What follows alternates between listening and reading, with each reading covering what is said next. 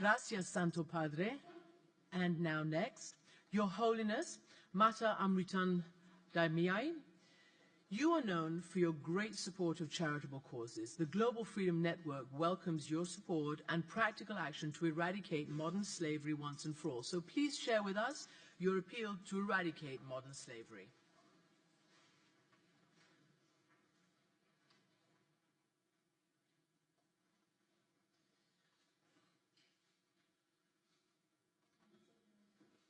ആത്മസ്വരൂപളായിരിക്കുന്ന എല്ലാവർക്കും നമസ്കാരം.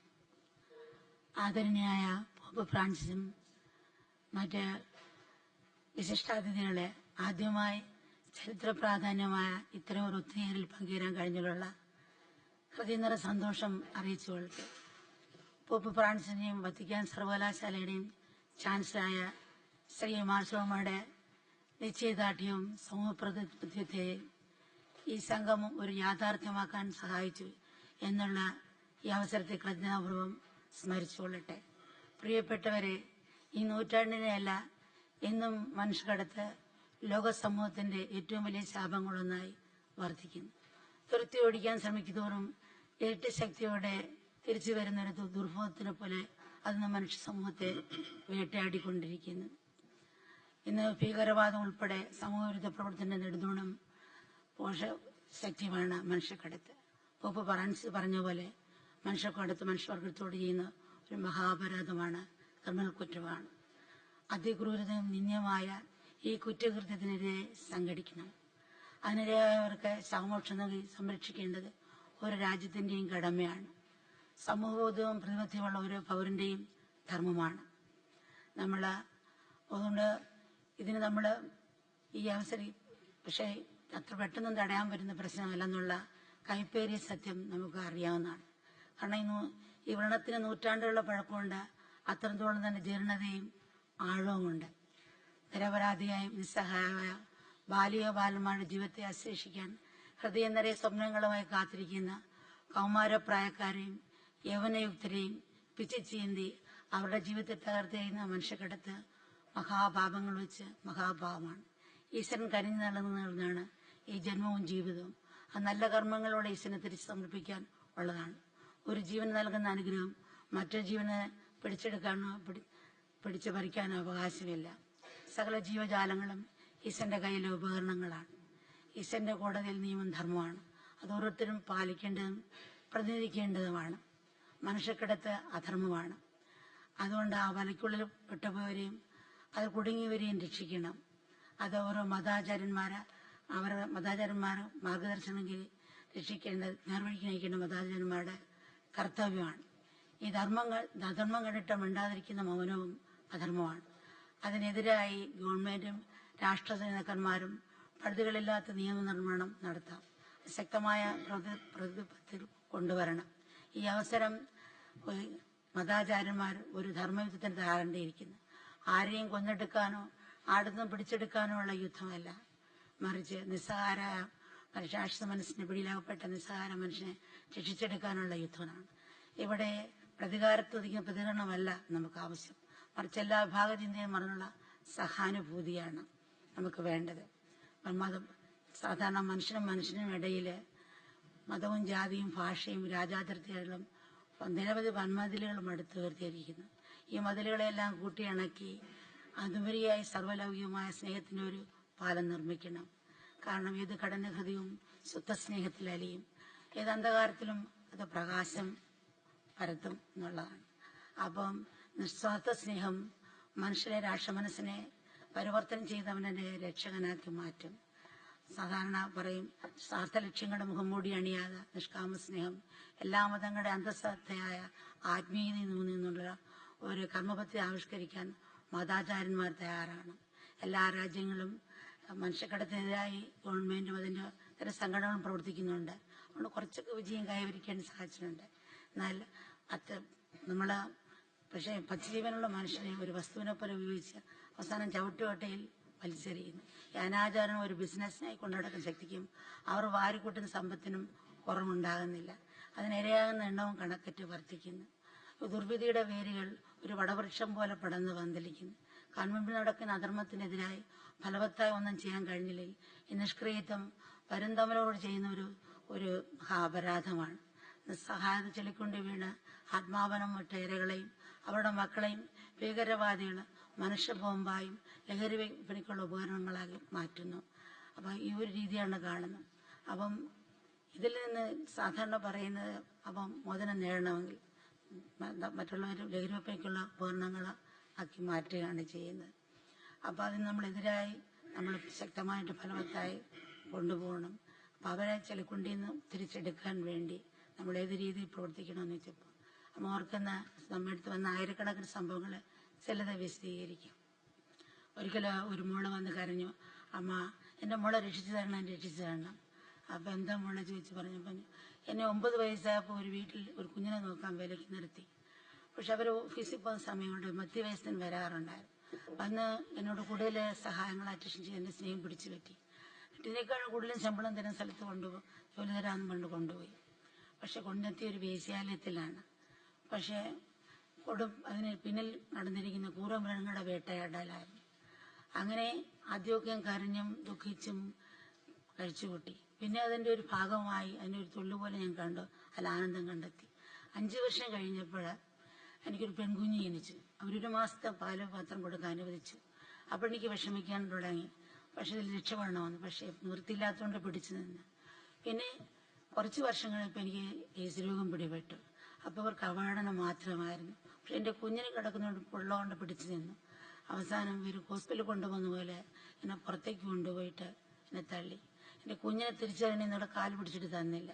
പിന്നെ ഓരോ സ്ഥലത്തും പോയി ഒരു കാര്യങ്ങൾ പറഞ്ഞു അവിടെ കാല് പിടിച്ചു. പക്ഷെ അവരെല്ലാം ഒരു കുഷ്ഠരോഗി എന്നാണ് കഥ അടച്ച് എന്നെ പുറത്തേക്ക് തള്ളി. അപ്പോൾ അമ്മ, ഈ ലോകത്തിൽ എനിക്ക് ജീവിക്കാൻ പറ്റുമെന്ന് തോന്നുന്നില്ല. എന്നെ ഹോർമോൺ കുത്തിവെച്ചിട്ട് വളർത്തിയിട്ടാണ്, ഹോർമോൺ കുത്തിയാണ് എന്നെ അവിടെ ആദ്യമൊക്കെ മുന്നോട്ട് കൊണ്ടുപോയത്. എൻ്റെ കുഞ്ഞിനെയും ഇതുപോലെ അവർ ഉപയോഗിച്ചിട്ട് ഇതിനെപ്പോലെ തള്ളുമോ, അതുകൊണ്ട് കുഞ്ഞിനെ രക്ഷിച്ചു തരണമോ പറഞ്ഞു. പക്ഷേ മറ്റുള്ളവരെ അയച്ചു. പക്ഷെ ഒത്തിരി പ്രതിബന്ധങ്ങൾ അനുഭവിക്കേണ്ടി വന്നു. ഇതുപോലെ വേറൊരു സാഹചര്യത്തിൽ ഒരു 7 അമ്മമാരോട് ഒരു ഗ്രാമത്തിൽ നിന്ന് വന്നു. എൻ്റെ കുട്ടികളെ ഇതുപോലെ അവർ വന്നിട്ട് കുട്ടികളെ കുറേ സഹായം വന്ന് ഞങ്ങളുടെ സ്നേഹം പിടിച്ചു പറ്റി വിശ്വസ്ത എടുത്ത് ഞങ്ങളുടെ കുട്ടികളെ കൊണ്ടുപോയി ഇതിന് സുഹൃത്തിൻ്റെ കമ്പനി ജോലി കൊടുക്കാമെന്ന് പറഞ്ഞു. പക്ഷേ കൊണ്ടുപോയി വേശ്യാലയത്തിൽ നിന്നാണ് പിന്നെ അറിയുന്നത്. 1000 രൂപ തന്നിട്ടാണ് കൊണ്ടുപോയിരിക്കുന്നത്. അപ്പം ഈ കുഞ്ഞുങ്ങളെ മറ്റുള്ളവരെ അറിയിച്ച എൻ്റെ കുഞ്ഞുങ്ങൾക്ക് ഭാവി ഉണ്ടാകില്ല. അമ്മ എങ്ങനെയെങ്കിലും ഈ കുഞ്ഞുങ്ങളെ രക്ഷിച്ചു തരണം. നോക്കുക, 10, 15, 20 ഡോളറിന് വേശ്യാവൃത്തിക്കും തെരുവിലേക്കും മറ്റ് ബാലവേലയ്ക്ക് വേണ്ടി കൊണ്ടുപോവാണ്. അപ്പം നമ്മൾ ഈ ഒരു രീതിയാണ് കാണുന്നത്.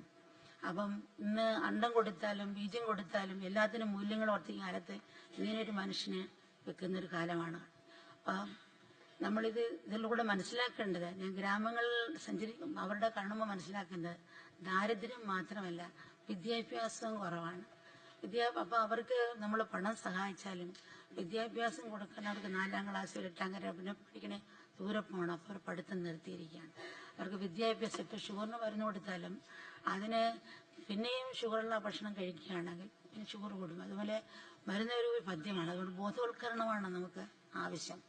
സാധാരണ അമ്മയെടുത്തെത്തിയ ഒരു 80% ആൾക്കാരെയും വേശ്യകൾ നമുക്ക് രക്ഷിക്കാൻ പറ്റി. ആ ഒരു അവയർനെസ് കൊടുത്തപ്പം പിന്നെ പറ്റിയില്ല. അപ്പോൾ 20% വരും നിന്നില്ല. പിന്നെ ബലം ചെയ്തില്ല. കാരണം അവർ സ്വയം തിരഞ്ഞെടുത്തായിരിക്കും എന്ന് വിചാരിച്ചു. പക്ഷെ അതിന് പിന്നെ ബോധവൽക്കരണം കൊടുത്തപ്പോഴാണ് അച്ഛൻ ലഹരി കഴിക്കാൻ പോയും കഴിച്ചപ്പോൾ മക്കളെയും ഇങ്ങനെ വേശ്യാലയത്തിൽ വെക്കാൻ കൊടുക്കാൻ ഭാവിച്ച് കുഞ്ഞുങ്ങളെ മനസ്സിലാക്കി തിരിച്ചു വന്നിട്ടുണ്ട്. അപ്പോൾ നമുക്ക് ഈ ബോധവൽക്കരണം പിന്നിലും അതിന് മുമ്പേയും കൊടുത്താൽ വലിയ വ്യത്യാസം ഉണ്ടാക്കുവാൻ തോന്നുന്നു. ജീവിക്കാനുള്ള വിദ്യാഭ്യാസം, ജീവിക്കാനുള്ള വിദ്യാഭ്യാസം, വയറ്റപ്പഴുപ്പിന് വിദ്യാഭ്യാസം വേണം. എന്നാൽ ജീവിതത്തിലുള്ള വിദ്യാഭ്യാസം എന്ന് പറഞ്ഞാൽ ലോകത്തിൻ്റെയും ലോകത്തിൻ്റെയും സ്വഭാവം, മനസ്സിൻ്റെയും വികാരങ്ങളെ പറ്റി പഠിക്കുക. വിദ്യാഭ്യാസ ലക്ഷ്യം യന്ത്രങ്ങളുടെ മോശം മാത്രം മനസ്സിലാക്കുന്ന ഒരു വിഭാഗം ജനങ്ങളെ സൃഷ്ടിക്കുകയല്ല. വിദ്യാഭ്യാസം കൊണ്ട് പൂർണ്ണ സംസ്കാരമാണ്. പരിഷ്കാരികളാം വിദ്യാഭ്യാസം വേണമെന്നില്ല. ഇപ്പോൾ പല മക്കളും പറയും കാമം ഒരു വിശപ്പാണെന്ന് പറയും. നമ്മളൊരു ഹോട്ടലിൽ പോയി ഭക്ഷണം ഓർഡർ ചെയ്യുമ്പോൾ മുമ്പിലൊരു ഭക്ഷണം വയ്ക്കും. ചുറ്റുമിരിക്കുന്നത് പല പല ഭക്ഷണങ്ങൾ കൊണ്ട് വയ്ക്കും. നമുക്ക് തോന്നും അത് കഴിച്ചാൽ എന്താ, ഇതെന്താ ചിലപ്പോൾ നമ്മൾ ആഗ്രഹം തോന്നും. പക്ഷെ എല്ലാം കൂടെ വലിച്ചു വാരി കഴിക്കാൻ സാധിക്കില്ല. അപ്പം അതിനൊരു നിയന്ത്രണം നമുക്ക് ആവശ്യമാണ്. അപ്പോൾ അതുപോലെ അതുകൊണ്ട് കുട്ടികളിലെ നമുക്ക് ആ ബോധവൽക്കരണം കൊടുക്കുന്നത് നല്ലതായിരിക്കും. കുഞ്ഞിലെ എൻ്റെ അമ്മ പറഞ്ഞ നദി ദേവിയാണ്, അത് മൂത്രം ഒഴിക്കരുത് തുപ്പരുതെന്ന് പറഞ്ഞു. പക്ഷെ വെള്ളത്തിലൊടുക്കുമ്പോൾ ആ വെള്ളം തട്ടുമ്പോൾ തന്നെ മൂത്രം മുട്ടും. പക്ഷേ ആ മനസ്സിൽ പറഞ്ഞ ചിന്ത വരുമ്പോൾ സ്വിച്ച് ഓഫ് ചെയ്ത കൺട്രോൾ വരും. അപ്പോൾ നദിക്ക് എല്ലാ ശുദ്ധീകരണം മൂത്രം ഒഴിക്കാത്തതുകൊണ്ട് വീണ്ടും കുളിക്കുമ്പോൾ നമുക്കാണ് ശുദ്ധീകരണം കിട്ടുന്നത്. അപ്പോൾ ഈശ്വരനുണ്ടോ ഇല്ലെന്നുള്ള വാദങ്ങളുണ്ടാകാം. പക്ഷെ ഈശ്വര വിശ്വാസം, ഭക്തി ആ സമൂഹത്തിലും മൂല്യങ്ങളെയും താളലയത്തെയും കൊണ്ടുവരുന്നു. അതാണ് നമുക്ക് ആവശ്യം. റോഡുണ്ടാക്കിയിരിക്കുന്ന ഇഷ്ടത്തിന് വണ്ടി ഓടിക്കാനല്ലെന്ന് പലരും ചോദിക്കും. പക്ഷെ ഇഷ്ടത്തിന് ഓടിച്ചാൽ എങ്ങനെയായിരിക്കും? ട്രാഫിക് ലൈഫ് പാലിക്കുന്ന നിയമം പാലിക്കുന്ന പോലെ ഓരോന്നിനും ഓരോ ധർമ്മമുണ്ട്. അതുപോലെ ബാലവേലയുടെ കാര്യങ്ങളും പറയുന്നുണ്ട്. നമ്മൾ ഒരു ഭാഗം മാത്രമാണ് കാണുന്നത്, മറുഭാഗം നമ്മൾ ശ്രദ്ധിക്കേണ്ടിയിരിക്കുന്നത്. എങ്കിലേ അതിന് മാറ്റിക്കൊണ്ടുവരാൻ സാധിക്കുള്ളൂ. ഒരു 10 വയസ്സുള്ള കുഞ്ഞിനെ കോഫിനേജ് കൊണ്ടുപോകുമ്പോൾ എൻ്റെ അച്ഛനമ്മയും മരിച്ചുപോയി, സഹോദരിയും മരിച്ചുപോയി. അച്ഛൻ നേരത്തെ മരിച്ചു, അമ്മയും കുഞ്ഞും ഒരു തീപ്പെട്ടി കമ്പനി ജോലി ചെയ്താണ് കഴിഞ്ഞത്. അമ്മയ്ക്ക് കിഡ്നിക്ക് അസുഖമായി, പിന്നെ ജോലിക്ക് പോകാൻ പറ്റാണ്ടായി. അപ്പം എന്ത് ചെയ്തു? ഈ അച്ഛനും അദ്ദേഹത്തെ പോലീസ് പിടിച്ചുകൊണ്ട് പോയി ബാലവേല ചെയ്യുന്നതുകൊണ്ട് കമ്പനി ഉടമസ്ഥനെ. പിന്നെ കമ്പനി പൂട്ടി. അപ്പോൾ ഇവർക്ക് മറ്റു നിവൃത്തിയില്ല, അമ്മയും മോളും ആത്മഹത്യ ചെയ്തു. അപ്പം നമ്മളൊരു ഭാഗം മാത്രം നോക്കുമ്പോൾ മറുഭാഗത്ത് ഇവരെ തെരുവിൽ നിർത്തുമ്പോൾ തെരുവിലേക്ക് ഇറക്കണോ ആത്മഹത്യക്ക് കൊണ്ടുപോകണോ, അത് നമ്മൾ ചിന്തിക്കേണ്ടിയിരിക്കുന്നു. സ്വയം പരിവാഹമായി ഭാവി സുരക്ഷിതമാക്കാനുള്ള ക്രമീകരണങ്ങൾ നമുക്ക് ആവശ്യമാണ്. ആധ്യാത്മിക തുടക്കവും കാരണത്തിലാണ്, അതിൻ്റെ പൂർണ്ണതയും കാരണത്തിലാണ്. കാരണമെന്ന് ഒറ്റപ്പദം പ്രവർത്തിച്ച് കൊണ്ടുവന്നാൽ ഇന്ന് ലോകത്ത് നടവാണെന്ന 90% പ്രശ്നങ്ങളും പരിഹരിക്കാൻ സാധിക്കും. പക്ഷിയെപ്പോലെ പറക്കാനും മത്സ്യത്തെപ്പോലെ നീന്താനും നമ്മൾ പഠിച്ച് മനുഷ്യരെപ്പോലെ നടക്കാനും ജീവിക്കാനും മറന്നുപോയിരിക്കുന്നു. സാധാരണ പറയും 2 തരത്തിലുള്ള ദാരിദ്ര്യമുണ്ട്. ഒന്ന് ആഹാരവും ഭക്ഷണവും കിടപ്പാടവും കിട്ടാതെ ദാരിദ്ര്യം അനുഭവിക്കുന്നത്. രണ്ടാമത് സ്നേഹവും കാരുണ്യവും കിട്ടാതെ. രണ്ടാമത് പറഞ്ഞാൽ ആദ്യം കൊണ്ടുവന്നാൽ ആഹാരം വസ്ത്രം കിടപ്പാടവും കിട്ടാത്തവരെ നമുക്ക് പൂർണ്ണത്തെ സ്നേഹിക്കാനും സഹായിക്കാനും അവരെ സാധിക്കും എന്നുള്ളതാണ്. അപ്പോൾ നമ്മുടെ സനാതന ഗീതയിൽ സൃഷ്ടി സിറ്റായ രണ്ടല്ല. അപ്പോൾ സമുദ്രവും തിരിയും രണ്ടല്ല. അതുപോലെ 100 കുടത്തിൽ സൂര്യന്റെ പ്രതിബിംബം കാണാൻ സൂര്യനൊന്നേ ഉള്ളു. അതുപോലെ മറ്റുള്ളവരെ നമ്മളെ കണ്ട് നമ്മുടെ വലത് വചനിച്ചെടുത്ത് തലോടുന്ന പോലെ മറ്റുള്ള ദുഃഖം നല്ല ദുഃഖമായിട്ട് ചെന്ന് കണ്ട് അവരെ സ്നേഹിക്കാനുള്ള ഒരു മനസ്സ് നമ്മൾ ഉണ്ടാക്കിയെടുക്കണം. എല്ലാ രാജ്യത്തിലും, ലോകത്തിലെ എല്ലാ രാജ്യത്തിലും എല്ലാ മതത്തിൽപ്പെടുന്നവരും മനുഷ്യക്കിടത്തുന്ന സമൂഹവിരുദ്ധ പ്രവർത്തനയിരയായി കൊടും യാതനയും ദുരിതവും അവരനുഭവിക്കുന്നുണ്ട്. അവരുടെ വേദനയ്ക്ക് ജാതിമതങ്ങളെന്നോ ഭാഷവർണ്ണ വ്യത്യാസങ്ങളൊന്നുമില്ല. അവിടെ തീരാ യാതനയുടെയും വൈകാരിക സമ്മർദ്ദത്തിന്റെയും പിടിയിൽപ്പെട്ട് വീഴുന്ന മനുഷ്യൻ ഒറ്റവർഗം മാത്രമേ ഉള്ളൂ. അപ്പോൾ ശരീരത്തിന് മുറിവുണക്കാൻ ആന്റിബയോട്ടിക്സ് എന്ന ലേബലുണ്ട്. ഇത് മനസ്സിനേറ്റവും ആന്തരികങ്ങൾക്കുള്ള മുറിവുണക്കാൻ പലതരത്തിലുള്ള ഔഷധമുണ്ട്.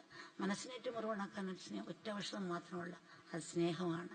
അപ്പോൾ എല്ലാ മനുഷ്യരിലും അന്തർലീന ഉള്ളിൽ കൊടിയുള്ള ആ കാരുണ്യം ഉണരട്ടെ.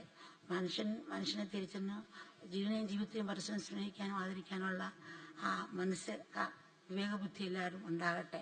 അതുപോലെ ഭൂതകാലത്ത് നമ്മൾ ഈ മനുഷ്യക്കടത്തിനെതിരായവരുടെ ആ മുറിപ്പാടുകൾ ഉണക്കാനും ഭൂതകാലത്തെ അടിച്ചേൽപ്പിച്ച അന്ധകാരത്തിന് പുറത്തു വന്ന് പുതിയൊരു പ്രഭാത സൂര്യൻ ജീവിതത്തിലേക്ക് സ്വാഗതം ചെയ്യാനും അവർക്ക് കഴിയട്ടെ.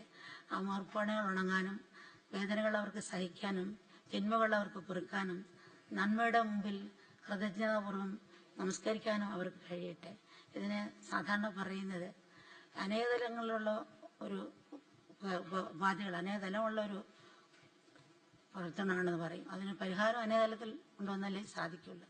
ധാർമ്മിക വശമുണ്ട്, സാമ്പത്തിക വശമുണ്ട്, അതുപോലെ തന്നെ നിയമപരമായ വശമുണ്ട്, നിഷ്കാമ സേവനത്തിനെയും ബോധവൽക്കരണത്തിനെയും തലമുണ്ട്.